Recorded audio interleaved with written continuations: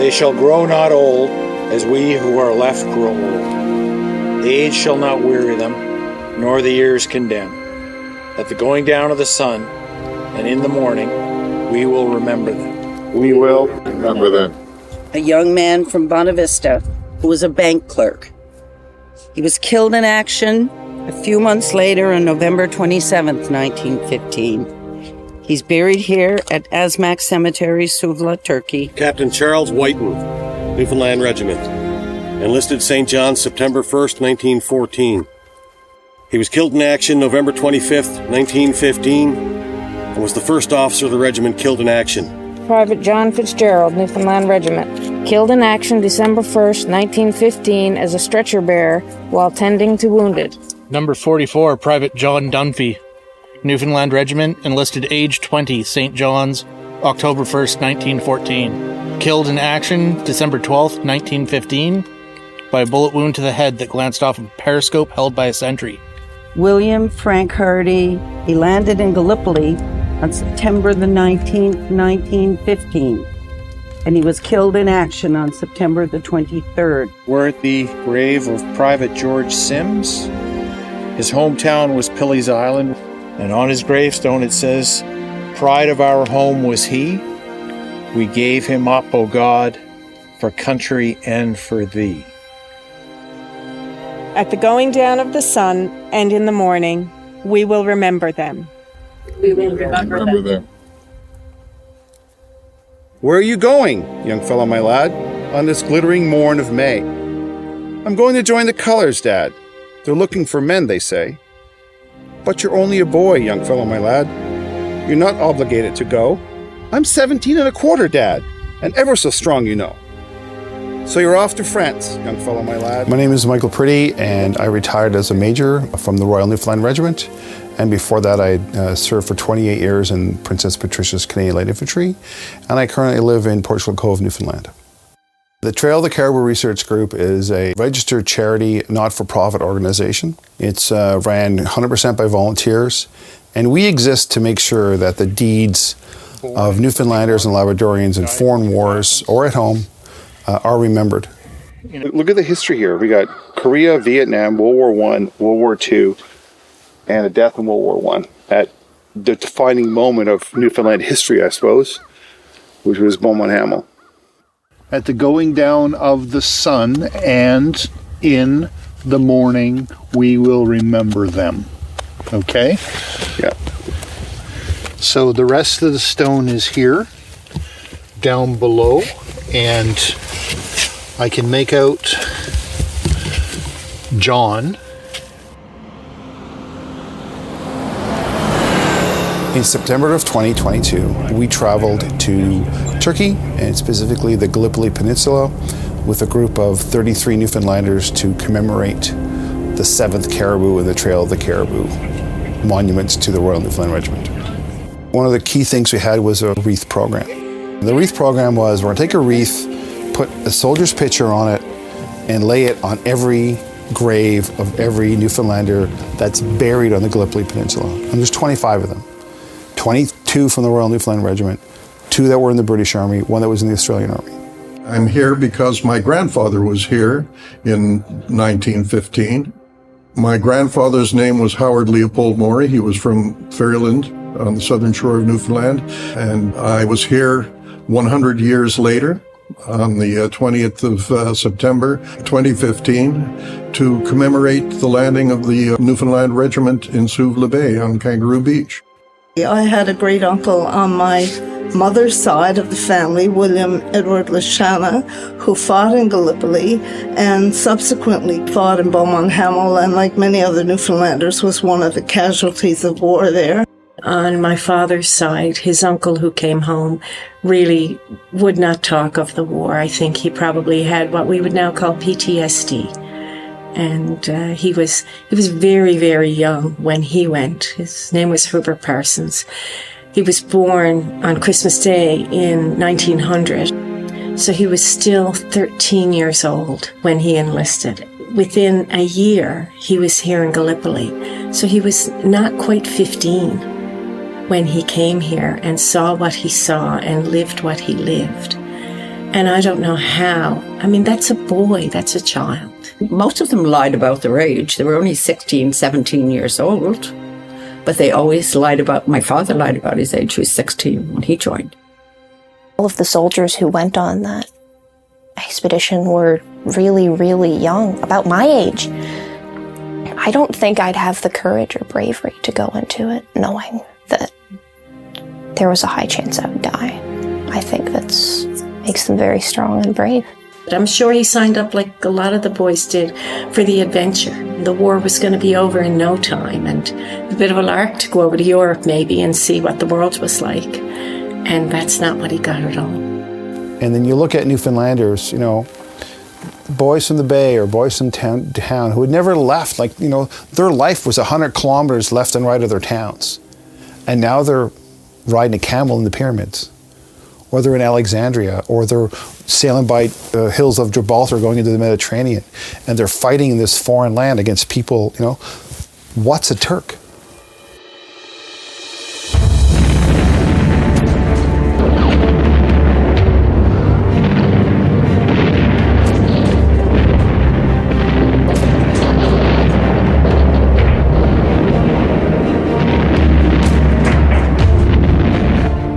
Great War, World War I, as it's now known, broke out as a result of the monarchy and empires in Europe flexing its muscles and wanting to grow and expand. Oddly enough, they were all related, right? All the kings were cousins of all the great empires. So what's called the Central Powers would be Germany, Austria, Hungary, and Bulgaria. And then later on, others joined that side.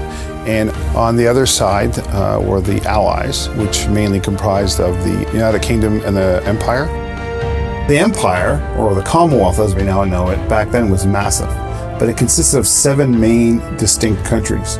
First of all, the United Kingdom, India, New Zealand, Canada, South Africa, Australia, and the Dominion of Newfoundland. As well, France and Belgium and Russia. Later on in the war, in October, Italy joined, and as the war progressed throughout the years, other countries joined both sides. Interestingly enough, the Ottoman Empire wanted to be neutral, but in October of 1914, they joined the Central Powers. They had been courted by both sides, the Allies and the Central Powers, but when the Ottomans had ordered 2 warships from the United Kingdom, and the United Kingdom were worried about which side the Ottomans were going to veer towards, so they confiscated those 2 warships. The Germans actually had military attachés and advisors embedded with the Turkish military, and they had invested in their civilian infrastructure of railroads and roads and that kind of stuff.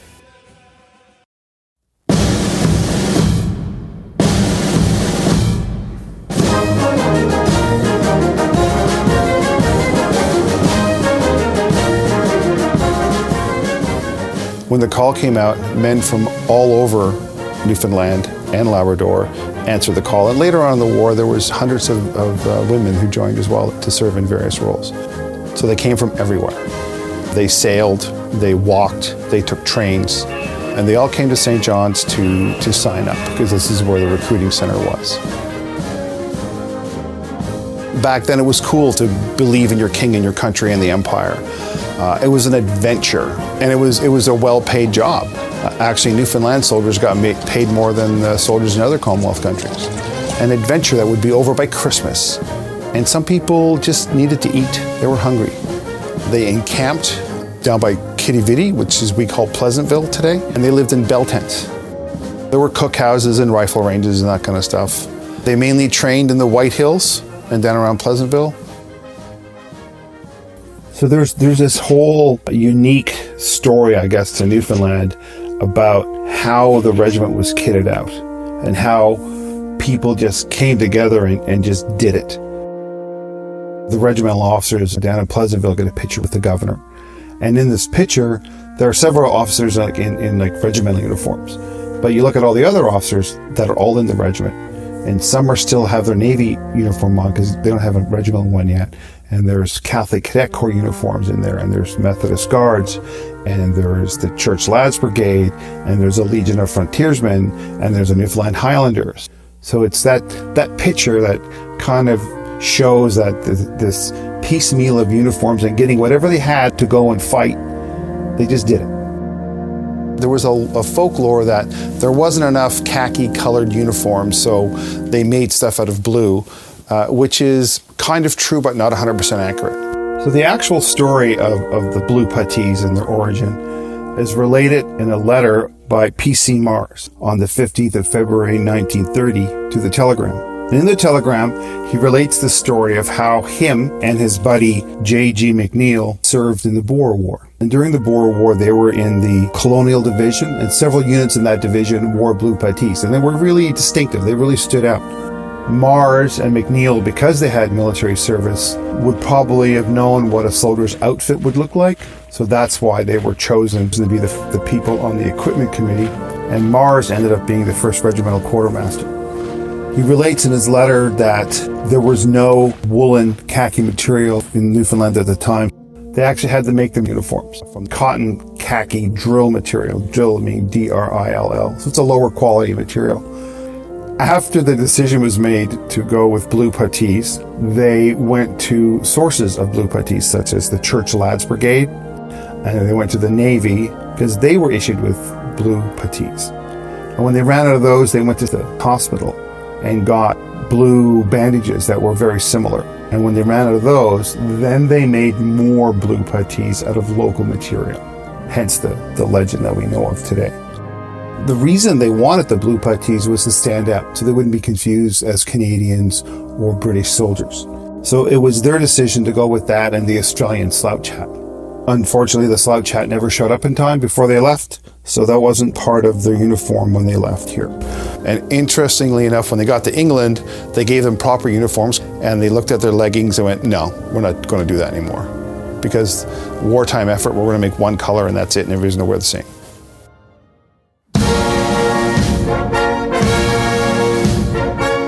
There were several times the Newfoundland soldiers left to go overseas, and the first one was in October. And it was a massive celebration. They marched from Pleasantville down by Kitty Vitty up to Government House, were reviewed, and then down to the pier and onto the Florizel. And the streets were lined with families and cheering members and merchants and all the citizenry of St. John's. And every time that a contingent went or left, or a draft they would call them, there was a similar parade. So it was a very big affair. So the first 500, and there were actually 537 of them, they boarded the Florizel on the night of the 3rd of October, and they sailed the next morning on the 4th. And they arrived in England on the night of the 19th of October, and they disembarked on the day of the 20th. They went to Salisbury Plain, and then later on that year, they went in December up to Fort George in Scotland, where they were in charge of garrisoning Fort George and monitoring the seaplane base. Early February, they went to Edinburgh Castle. And this was the first time that a non-Highland unit garrisoned Edinburgh Castle. And then in May, they went to Stobbs Camp, which is about 80 kilometers south of Edinburgh. And they stayed there until August. And that's when they did rifle training, shooting, assault training, training in throwing grenades, digging trenches, proper defensive works. And that's where they basically turned into being soldiers.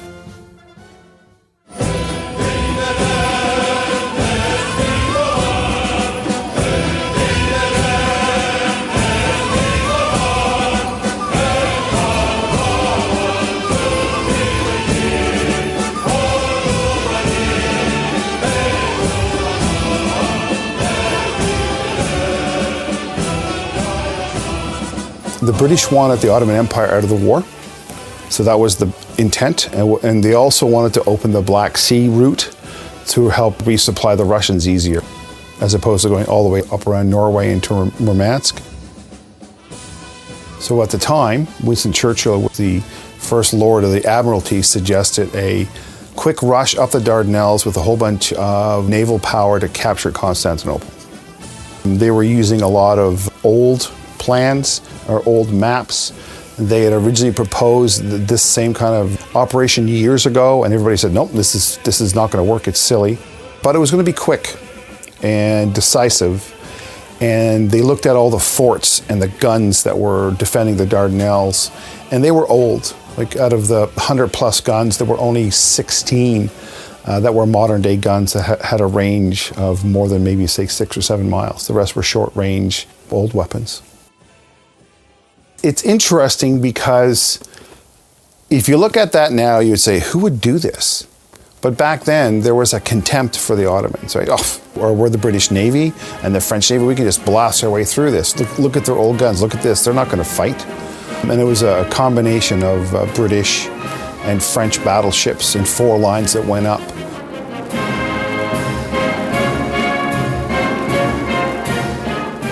Two British battleships were sunk, the Irresistible and the Ocean, and another one was severely damaged. Some through artillery, but they also laid minefields. This little ship called the Nunzerat, it went out and laid whatever mines it had left. Fortunately for the Turkish forces, but unfortunately for the French, the Bouvet hit one of these mines and was sunk. They had these trawlers from England called Grimsby trawlers manned by civilians. And the trawlers were ineffective because there's a current that comes in the Dardanelles and they had a hard time fighting the current. They would be engaged from shore batteries and small arms fire. So they pulled out. They couldn't do it. So at the end of the 18th of March, which is a national holiday in that part of Turkey, for 118 Turkish soldiers that lost their lives, they inflicted over 700 casualties on the British and French navies. They sank 3 major warships and severely damaged 3 more, and several other ships had minor damage. When the Irresistible was sunk over there was a fellow by the name of Richard Alexander Howley on it. And he was born in 1879 in St. John's, Newfoundland. He was severely wounded, but he managed to make sure all of his men got out of the engine rooms and to safety. And it was after that injury that he was determined unable to sail anymore. The story's not over. After the Dardanelles and his injury, he is seconded to the Canadian Navy for training. He was blown up in the Halifax explosion and suffered more injuries while rescuing people from damaged buildings. He goes on to Esquimalt, has a son, comes back to Newfoundland. He runs the Veterans magazine, does all kinds of veterans outreach and helps veterans from the war. He then goes back to England. World War II starts, and he volunteers at the local recruiting office, ends up running a POW camp for a good part of the war, but unfortunately he passes before the war ends.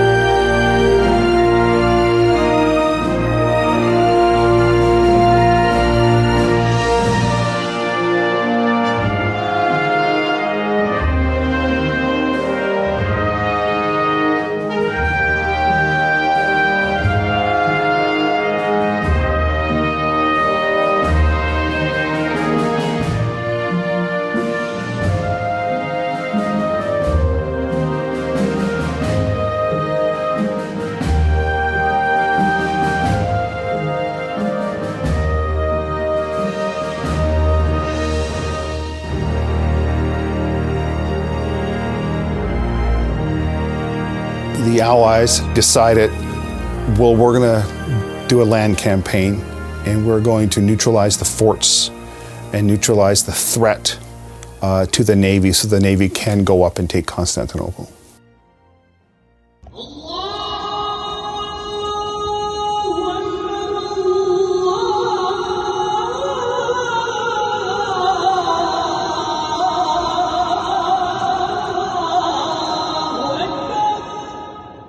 Luck would have it that en route to France and Flanders is the Anzac Corps in Egypt. As well, there's a 29th Division that's been sent there, and some French regiments and the British Royal Naval Division are also stationed in Egypt. So they're chosen to make up the assault troops for the invasion of the Gallipoli Peninsula. On the 25th of April, the French land on the Asian side as a diversion, and also northwest of Hellas. And Hellas is the main point, like at the bottom of the peninsula.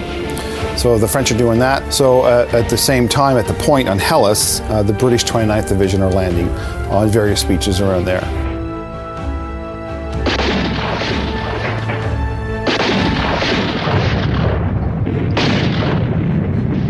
And then up further north along the Aegean side, in what we know as Anzac Cove today, the Anzac Corps are landing. So it all happens on the 25th of April. It wasn't a stealth operation. They tried to use surprise as best they could, but you've got hundreds and hundreds of ships coming across the ocean approaching the Gallipoli Peninsula. There are German staff officers there. There are some pretty good Turkish officers there. So they've been waiting and ready for this. And there are horrific casualties on both sides of the landing. Some beaches are unopposed, some beaches are heavily defended, and very few, if any, of the initial objectives for day one are met, and there's heavy losses on both sides.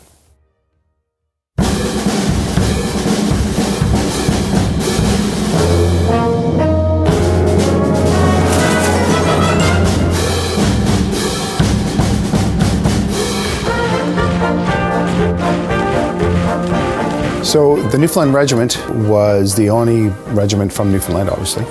And they had finished all their training and they were down in Camp Aldershot in the southern England, right? And they don't know what to do with them. On the initial landings on the 25th of April, there was a Scottish battalion with the 29th Division, and they suffered horrendous losses and horrendous casualties in April, May, and June. It was decided they need to be replaced. The Royal Scots Regiment had numerous battalions available, and they were fighting all over the place in the British Army. And the 7th Battalion of the Royal Scots was chosen to replace the Scottish battalion with over there. And this was in early May, this decision was made. Unfortunately, on the 22nd of May, in a place called Quintus Hill, which is next to Gretna Green in England, there was the largest train disaster ever in English history. 3 trains all collided at the same time. 270 odd men were killed. 214 of them were from the 7th Battalion, the Royal Scots. So they weren't going to replace the Scottish battalion over there because they were already probably combat ineffective at the time. So they looked around, and here's this Newfoundland Regiment, now highly trained. They'd been in England for about a year or so, and they were chosen to go to Gallipoli. Later on in August in Aldershot, Lord Kitchener was addressing the battalion. Kitchener has said, "I'm sending you to the Dardanelles, boys. Sharpen those bayonets for the Turks." And when the parade dismissed, one soldier looked at another soldier and said, "What the hell's a Turk?"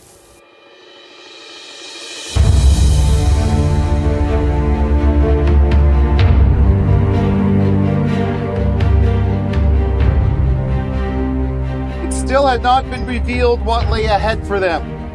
As the weeks passed, they grew more and more anxious to get into it, whatever it was. And in August of 1915, by which time they had moved to Aldershot for a final polish on their training. So the 29th Division commander gives the 88th Brigade commander written orders that the Newfoundland Regiment is coming, and they were to incorporate the Newfoundland Regiment into the 88th Brigade, which is replacing the Royal Scots who had left in July. And later on, they sailed out of England into Egypt, into Alexandria, and then took a train over to Cairo to become acclimatized and get their equipment ready. So they learned about fighting in a desert climate. They were given desert types of uniforms, pith helmets, and different types of clothing, shorts as opposed to pants. And on the 13th of April, they left Cairo and they went through a series of islands. And then on the night of the 19th/20th of September, they were put ashore in Kangaroo Beach. And it's a harbor, it's not like an assault beach. But I just couldn't help but think about those poor men that were coming ashore on those beaches. My grandfather was one of them. He was one of over 1,000 Newfoundland soldiers that landed on Kangaroo Beach.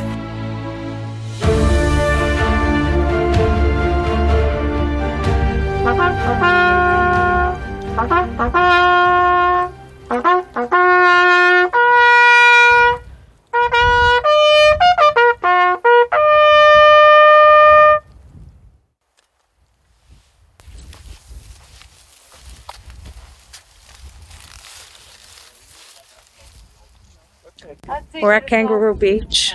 We've just laid a wreath for all the Newfoundlanders that landed here, one of them being my grandfather, William Dalton.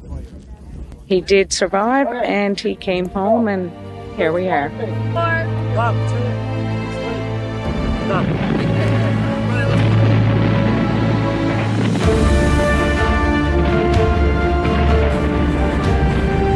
As they were moving off the beach, the adjutant, Captain Randall, and 8 others were wounded, but luckily there were no fatalities. This was the first time the Newfoundland Regiment was in battle. This is what christened them to war. This is what took the romance out of war for them and showed them the harsh reality of what war really is. This was their first opportunity to actually show what they were made of. And I think the realities of a battlefield were very disheartening for them, and the romanticism of it all just disappeared in so many ways. So when the Newfoundland Regiment showed up to become part of the 88th Brigade, they just did the same job as any other infantry battalion over there. They were in the trenches, 4 days in the front line, 4 days in the reserve trench, and then back in the reserve area, not the reserve trench, but back where usually it's supposed to be safe, but there was no place that was safe because they were constantly artillery and shelled. And it was supposed to be for rest, but there was no rest because you were constantly moving supplies, unloading boats, loading boats, or digging more trenches or making it safe for you to live there. The Australian Army actually got their nickname the Digger because they dug so much to be safe over there. That's where that term, the Digger, comes from.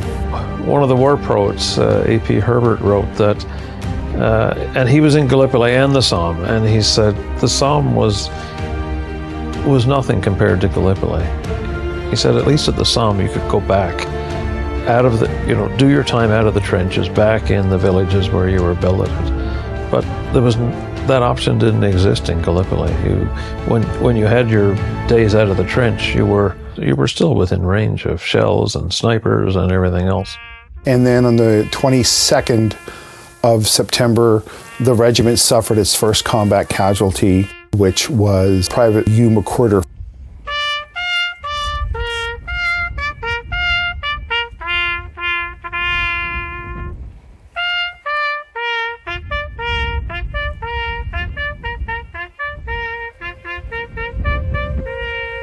Enlisted St. John's, January 4th, 1915, age 20. First member of the Newfoundland Regiment killed in combat in World War I. Buried Hill 10 Cemetery, Suvla, Turkey.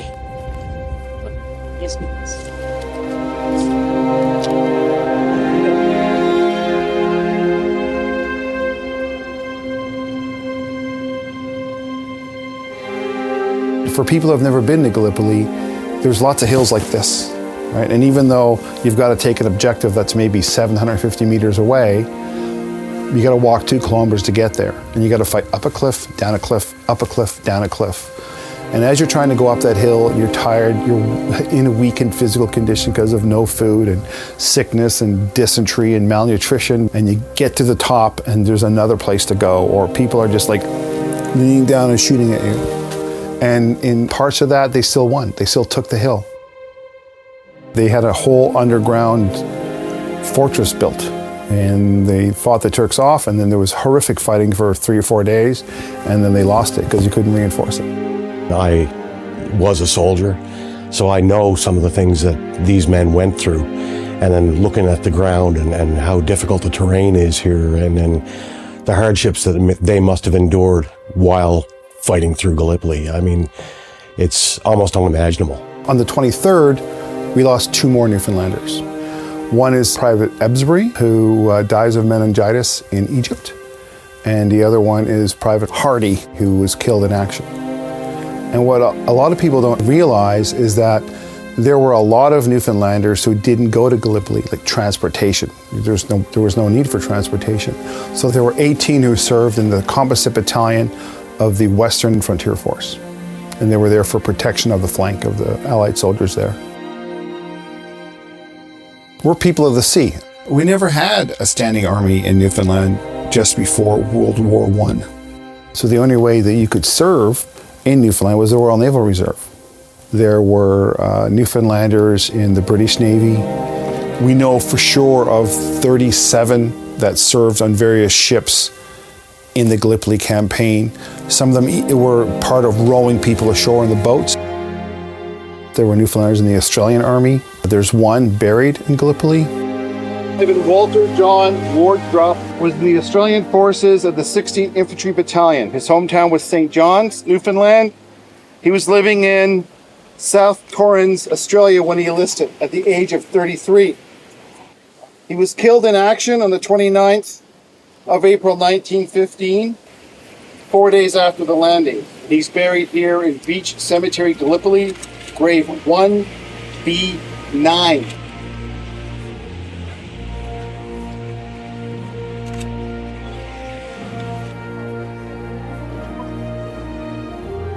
Captain Carl de Follett was in the Loyal North Lancashire Regiment.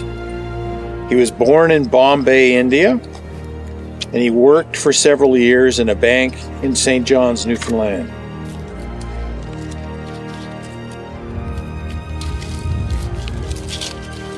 Out of the hundreds of thousands of Allied soldiers and seamen, there must have been more than these 3 Newfoundlanders that served in other militaries. We just don't know who, because we haven't had time to research all those service records. So there were so many people from this province. We're Newfoundlanders, we, especially back in those days, we were used to hard times, we were used to hard living, bad weather, being out on the water, cutting wood, growing your own vegetables, pulling fish from the sea. We're just a hardy people, Newfoundlanders, and, we take a bad situation and we make it better. We had a saying home that most Newfoundlanders could put an arse in a cat, and it just means that they can turn their hand to any task at hand. So from the digging of the trenches to the drill to whatever needed to be done, they were the type of people who could adapt and get the job done.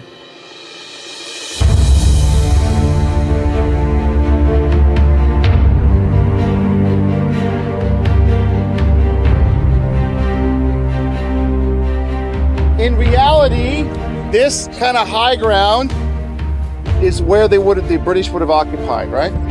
The patrol would have left about a couple of hundred meters that way.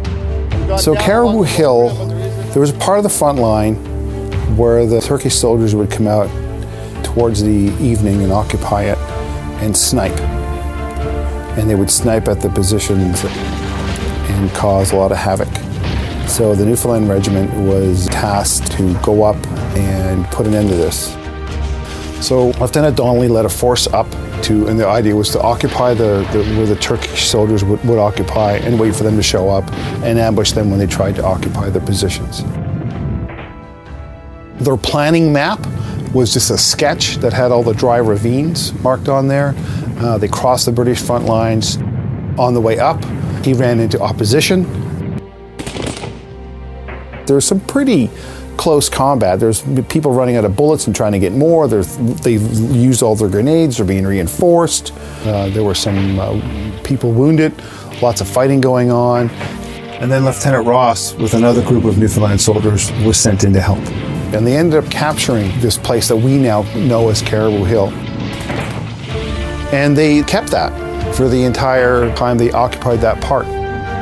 They had something to prove. This is their first gallantry medals, right? So a small patrol, hand-picked men, go out, and they want to stop their friends from getting killed. So they want to take this sniper position. The battle goes on all night long. We suffer a couple of casualties, one killed in action.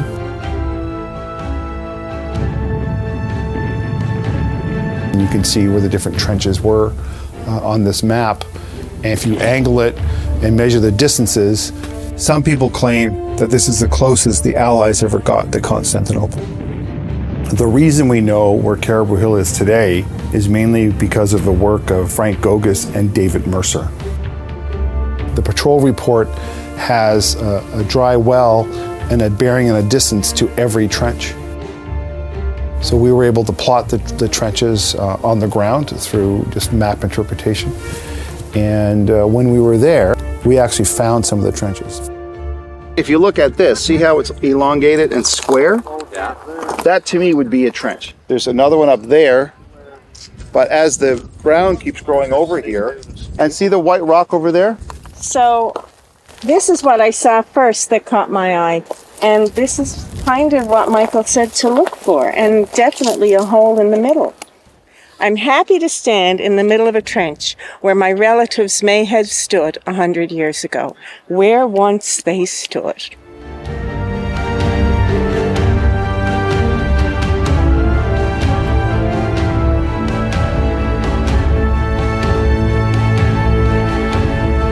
So that's a fragment from one of the standard issue rum jars. So they had ceramic jars, jugs really, that were about this big. And they brought them up from the landing zones up here. And all the soldiers got one shot of rum every day, midday. And that was to boost morale. Give them something to look forward to. When we often find them in these stream beds in the ravines, because the rain washes them down. This is a button from an English uniform that our guide Boulent found. I can't read the writing on it. That has a crown on top, so it's British. Got a shrapnel ball. Would have exploded up in the air and rained down. I think that after all of these years, to be able to find relics or battle memento just brings you that much closer, and perhaps helps a little bit more with the realization that although this is history, it was very, very real and nerve-wracking and in some cases very damaging experience for many of the people that served here. Okay, so we're going to read the act, and Boulent is going to lay the wreath for us. They shall grow not old, as we who are left grow old. Age shall not weary them, nor the years condemn. At the going down of the sun, and in the morning, we will remember them. We will remember them. I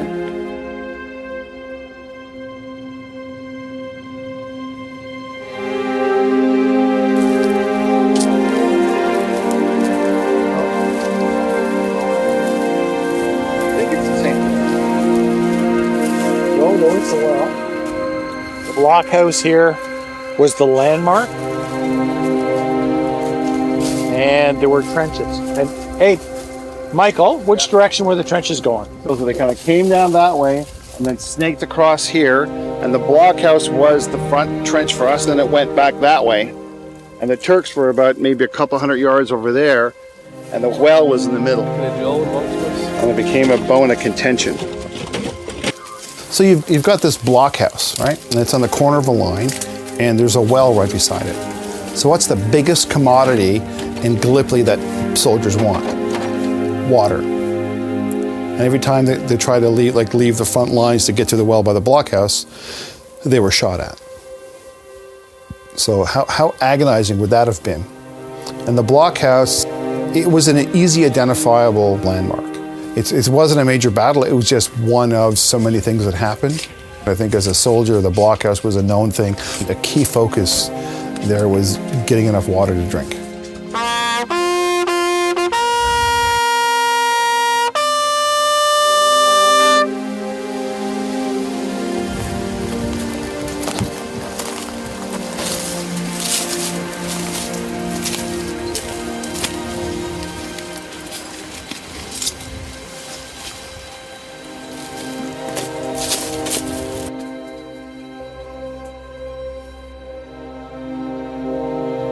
We have a depleted regiment.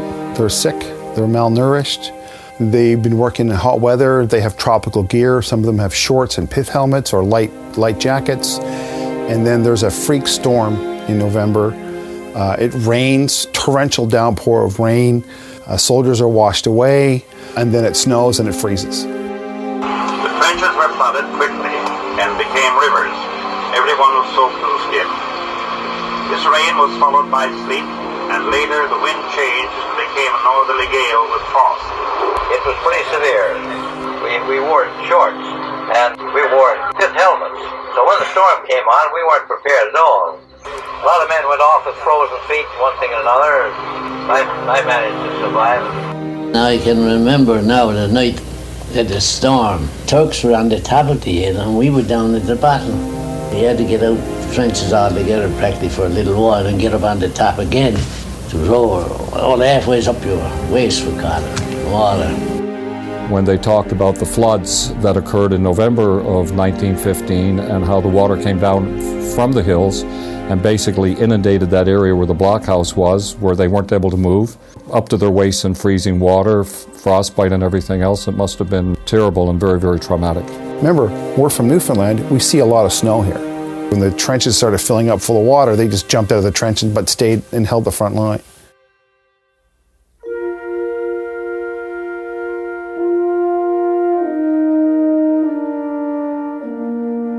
Lord Kitchener came to visit Gallipoli, and right after he left, they were told they were going to evacuate the Gallipoli Peninsula. The mission was no longer attainable, and there was just using up too much resources because the Western Front was going to be the priority. So on the nights of the 19th and 20th of December, all the people in Suvla Bay were withdrawn. The highest point of any type of success in the Gallipoli campaign were the 2 evacuations. So the night of the 19th and 20th of December, the Newfoundland Regiment, along with the 29th Division and the rest of the Anzac Corps, were withdrawn without losing a single person. So they were evacuated out of Suvla Bay and various harbors and beaches, such as Kangaroo Beach, Little West Beach, and West Beach. In order for the evacuation to be successful, there had to be a point or some type of deception. And one of these deceptions they used was a drip gun. So by adding water to a canteen with a string to the trigger and having the drip longer or shorter or bigger or smaller, as they were withdrawing and even after they were all gone, there were still rifles in the trenches firing. And that was pretty cool. And then on the 22nd of December, the Newfoundland Regiment were told they had to go back to Cape Helles, which is that point where the British originally landed. So they're put into W Beach on the 24th of December, and they spend Christmas there. We suffer more casualties. On the night of the 8th and 9th of January, 1916, we're withdrawn for the last time out of Lancashire Landing Beach.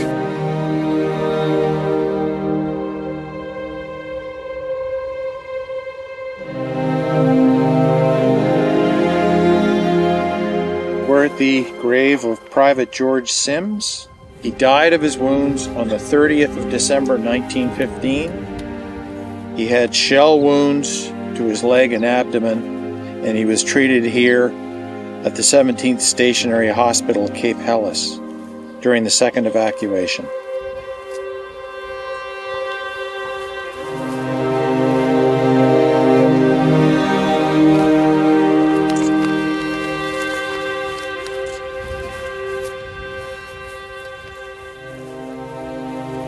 Private John Wallace, number 2378 of the British Forces, Highland Light Infantry. Hometown St. John's, age 19, died of wounds September 3rd, 1915. Buried Lancashire Landing Cemetery, Gallipoli, Turkey, grave G84. Private Robert Morris of the Newfoundland Regiment, enlisted in St. John's on the 1st of April 1915 at the age of 28. His hometown was Great Jarvis in Hermitage Bay. He was killed in action January 7th, 1916, killed by a shell blast in the cookhouse. The last Newfoundlander killed in Gallipoli.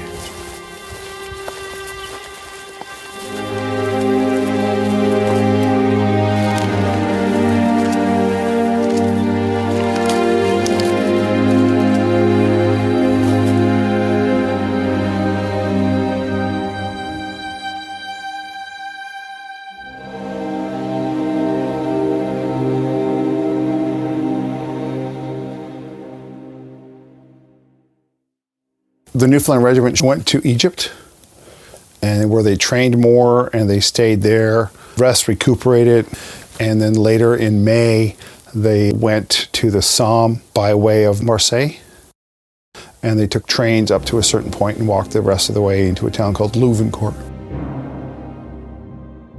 And now they're off to the battlefields of France and Flanders. 1,600 will pay the supreme sacrifice. Thousands more will be injured or maimed for life. but they will win a stellar reputation. They will earn their title better than the best. And at the end of the war, monuments to their sacrifices in France and Flanders will be built. But in Gallipoli, it'll take over a century before a monument is built to these brave men.